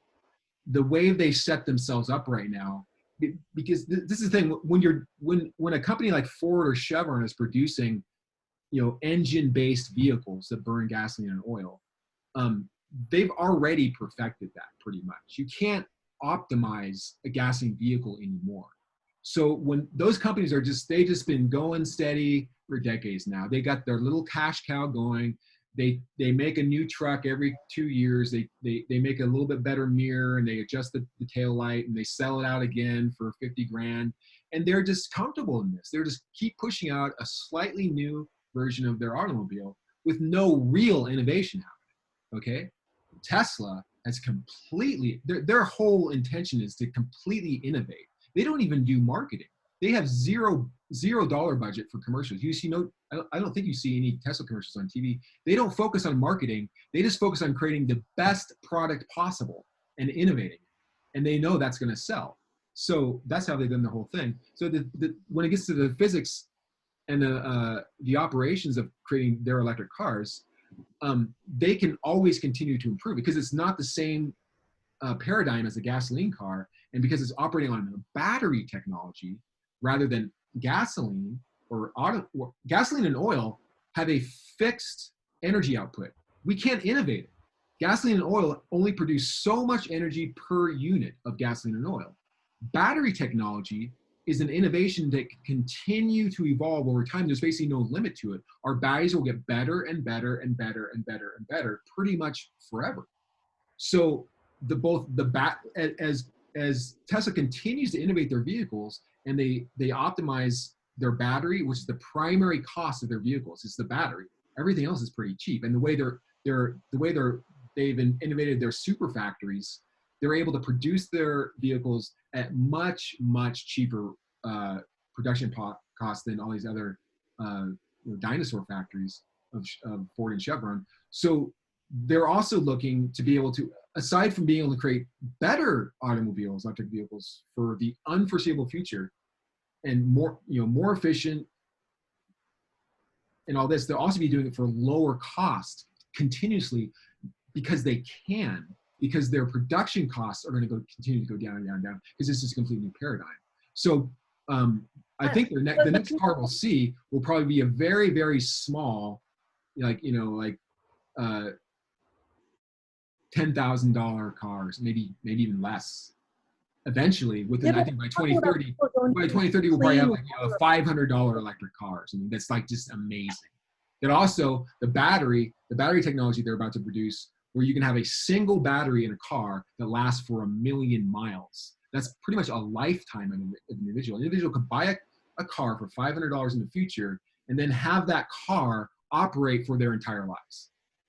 Wow. See what I'm saying? It's way more than just one dimension to this. And I could keep going. There's a bunch of other stuff too. So that's why I'm excited about it. Because I think that he's not saving the world. People need food and they need water and they need housing. We don't need. Well, his brother is though. His brother, I forget his name. Elon's brother is creating a company. I can't remember the name of it now. You can find it easily online of the vertical agriculture stuff, which is a solution for that. And of course, Elon is not saving the world. Like I said, we need more Elon. We need more people like that, and not just Elon. We don't, he's an engineer, and we need more people like that to do like what Jamie's talking about, physical and engineering projects. And we also need other kinds of leaders too. So I don't know why. It's interesting to me. I think that he's doing in that realm as far as disrupting the old paradigm. Because if he wasn't doing this, we would still just be getting Ford gasoline trucks for the next 50 years. So he's disrupting that, and he's also providing the next thing, just in the electric car thing. And then there's the batteries, which we're going to need for going to solar and clean electricity as the next jump. Batteries are everything. We need to have really good battery technology. They're also leading that. So. I hope to see us jump more into saving the planet rather than focusing on oil, but focusing on our diets and the fact that cows are pretty much 80% of our entire landmass, and like the amount of water and the waste and the food that goes to these cows instead of going to human beings is an atrocity. And the fact that we're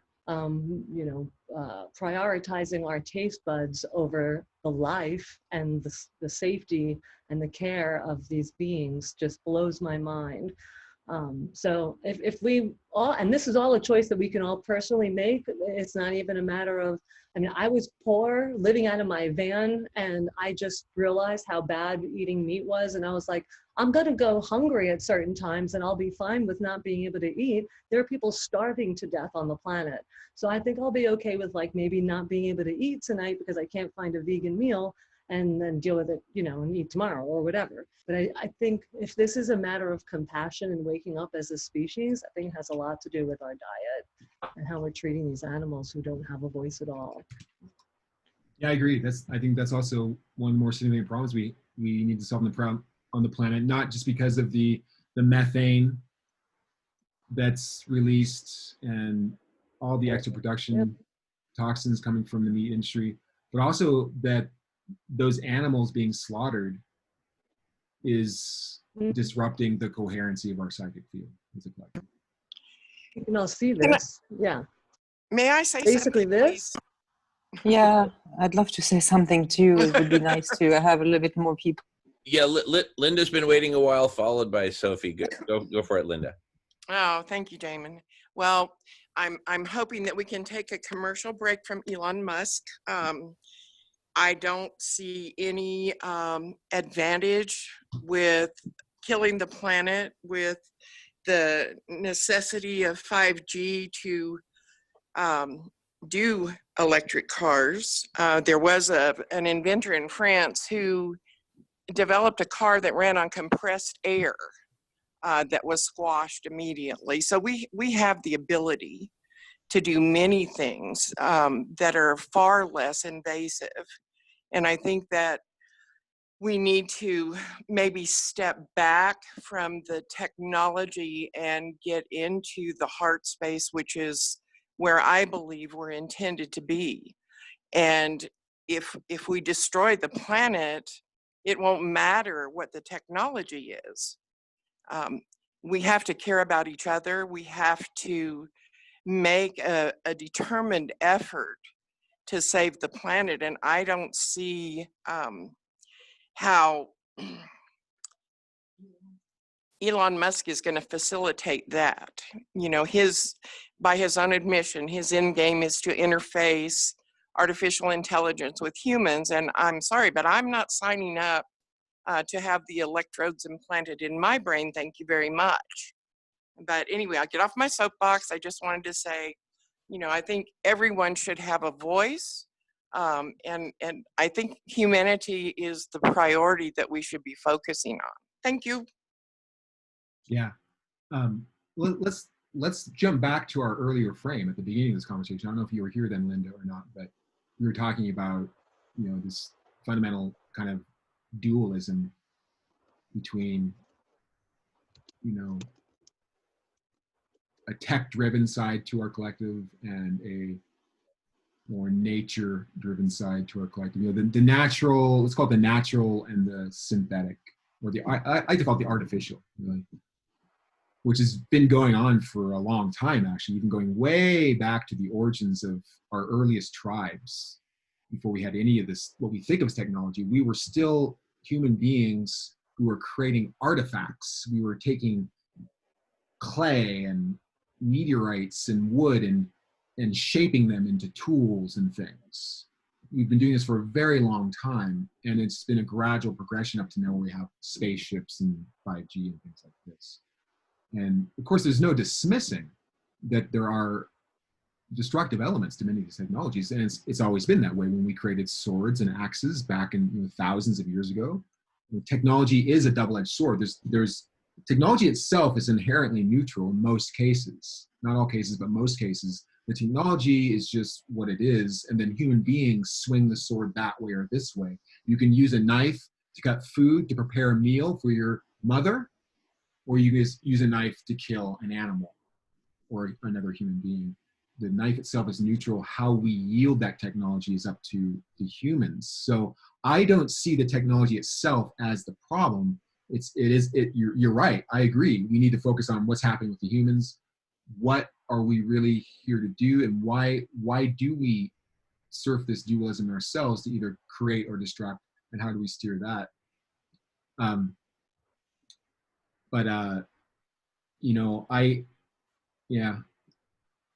It's an interesting conversation around Elon Musk.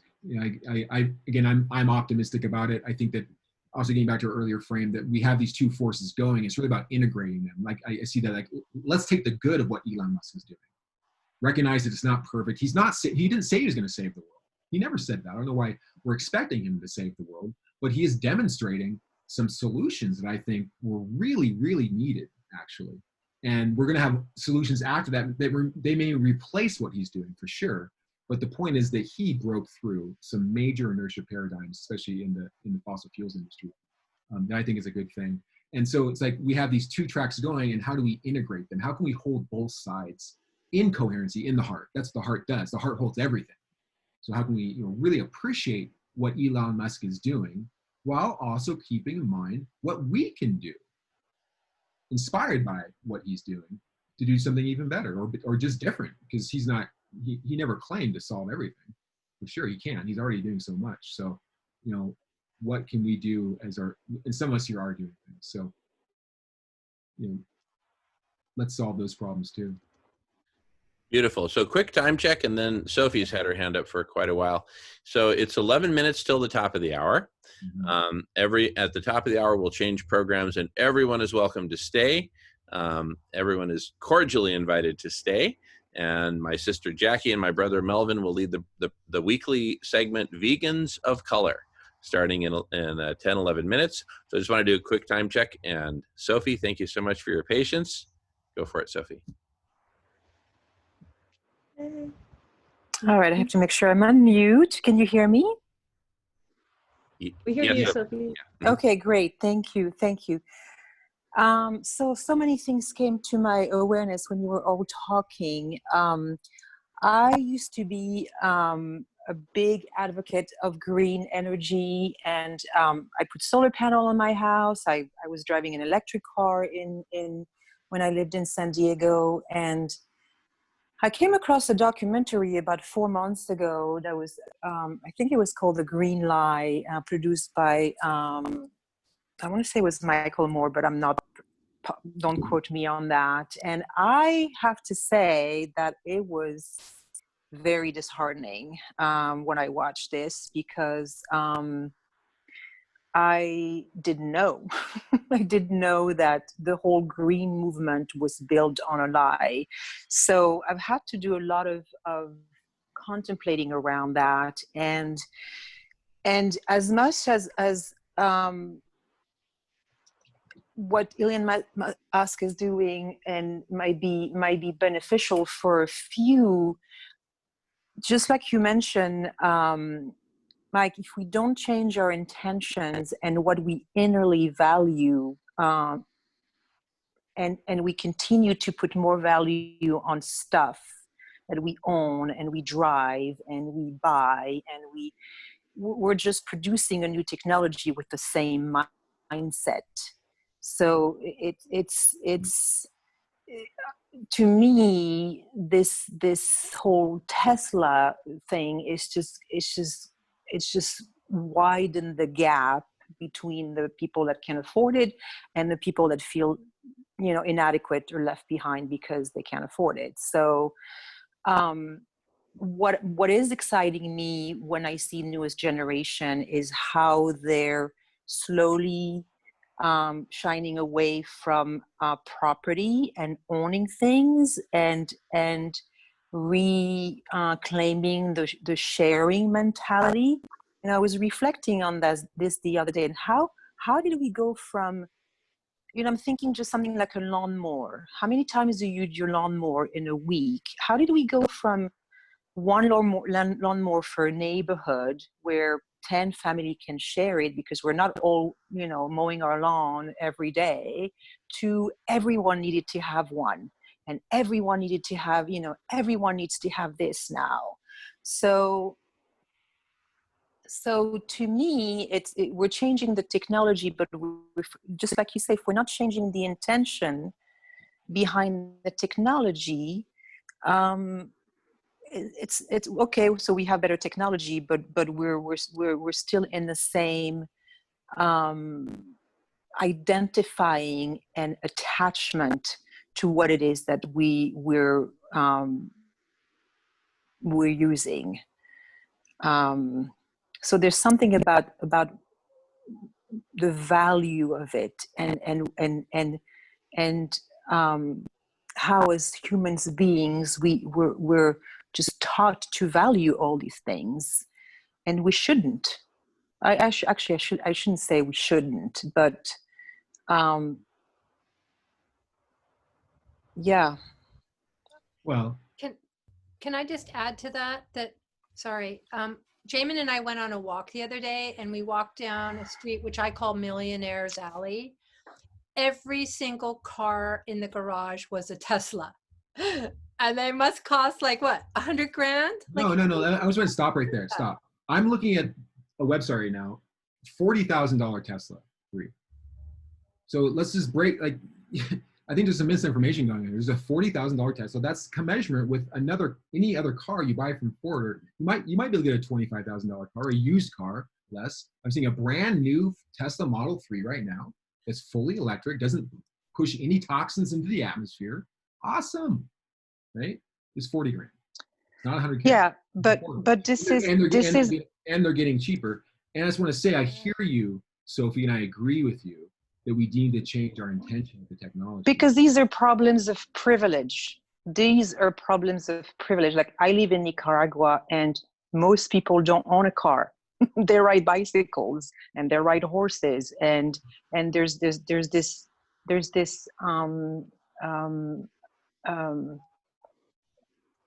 yeah, they haven't lost the ability. You know, if you have a pickup and people are on the side of the road, you pick them up and you take them where they need to go.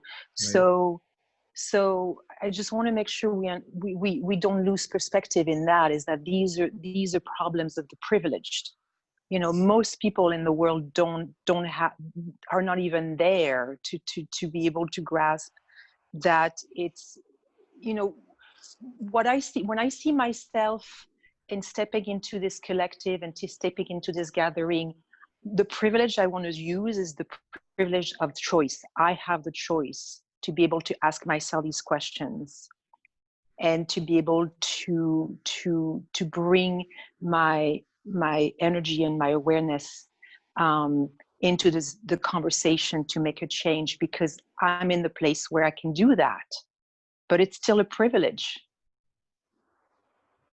Not fully. So I just wanted, and this is where the value gets really, this is where what it is that we value, and what is the intention behind creating this technology. Right. And here's the intention I see, is that as a species who's going for greater collective intelligence and greater coherency, that one way of measuring collective intelligence is like this, that we're already a collectively intelligent species, even though we could use a lot more. We've been operating as a collective intelligent species, creating incredible things in the world. You know, there are a lot of good things being done in the world, and we do those things, we collaboratively are able to do that because of technologies like what we're using right now, right? Zoom and the internet, and of the automobiles that some of us do have. We're able to move around and coordinate with each other. And the economy and the measurement of value measures how we're coordinating together and how we're producing together to create things. And we don't have it perfect yet. I'm just speaking to something very fundamental there about the way I see it, at one level of what collective intelligence is our ability to operate together. And that requires mobility, and it requires communication technology and things like this. So I just want to be careful that we do widen our perspective to include the whole thing, and to just to not discount. And I get that, and I was like you, I was on board with it, and then when I saw this documentary, if someone knows the name of it, I would love for you to put it. Planet of the I Humans. was Planet of the Humans. Is that the one that was specifically talking about the green energy that's been really pushed on us, right, for the last 20 years, and they talked about Germany, they talked about 350.org, so all these organizations that were the representatives of these new ways. And when the feeling I was left with when I finished watching this was that, okay, so we were told 15 or 20 years ago that we need to get on the green wagon, right? And so it was molded to I mean, basically it's just been a huge lie. It's been a huge lie, because the intentions behind the producing these technologies were not authentic. There was no integrity behind the intentions. Sophie, I don't mean to interrupt you, but we just have a few more minutes, and I want to kind of like make sure we coherently wrap this up in a certain way. Okay, thank you. Thank you for listening. I'm going to watch that documentary because I love to just be informed. I want to know everything, because I'm a little bit disappointed that people didn't know there was a $40,000 Tesla available. We're saying 100K. It's not true. That's the same price you pay for a car from Chevy or Ford. So if you had $40,000 to give to someone in Nicaragua to go buy a brand new car, you only have the choices of a gasoline car or a fully electric car. Are you going to choose a gasoline car? I don't know. It's your choice. But I, for one, am so tired of thinking that I'm putting toxins into the air. Look at the way during this lockdown, and we've had so much less mobility happening and so much less air traffic happening. I live in Mount Shasta, California. I can see the difference in the sky. I can see the difference in nature by us not driving automobiles in the way we've been doing. So I know that the electric car is not perfect. I'm going to watch this documentary. I want to study and do my research because I want to know. It's probably true. It's right. Of course, there's intentions in it, but let's not mix up the topics here. The intentions of the people pushing forward the green initiative, if that's not, an authentic and wholehearted intention, at the same time, that doesn't dismiss that those technologies aren't also the next step for us in some other way. I don't know. It's like we can't necessarily mix the technology. Again, as I was saying earlier, the technology is somewhat neutral. Michael. Because yeah.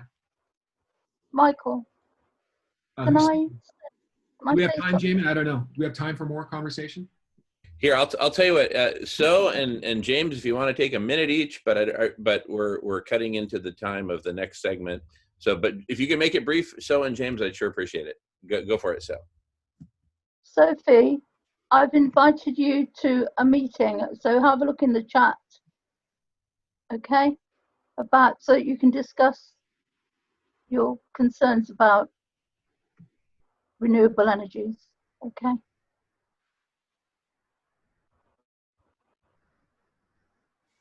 Thank you. Awesome. All righty. And James, go for it. Thanks, Jim. I just want to say, I listened to all the conversation. I can't feedback. You hear me right there? Sorry. I'm listening to all the conversation, and there's rights and wrongs and all of it, obviously, because we do need new technologies to get away from the old technologies that are destroying the environment. But is it right to replace one evil for another is another question you have to ask. And what technologies are available and what technologies are being kept hidden from us. Now, a couple of years ago, there was a man invented an engine for a car that will run perfectly on water. His patent was taken, his whole idea was taken, and it was all hidden and kept from the people. Point is, anyway, I think Peter made a very, very important statement there last week during the week, and he said, how many years does a child in Africa have to work in a lithium mine?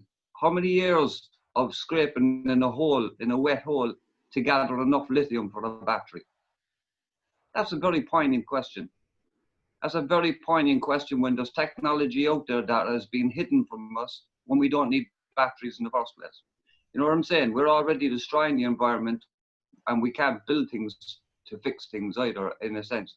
So there are technologies being kept from us by the powers that be that prevent us from even, that are pushing us towards these new technologies that we don't need either, because there's only one evil being replaced for another evil when there's already another technology available, but it's been suppressed because they can't make money off of water. Simple and plain. So I just like to say and finish up with this one. Simple experiment.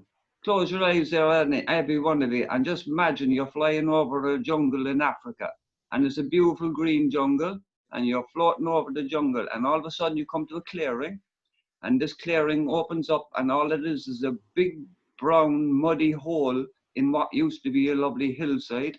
And inside that big brown muddy wet hole there's hundreds of little children scraping around in holes in the ground, trying to gather tiny fragments of a material that's needed for lithium batteries and everything else. Imagine the suffering and everything else that those children go through. Now think for 1 second. Imagine that was your child.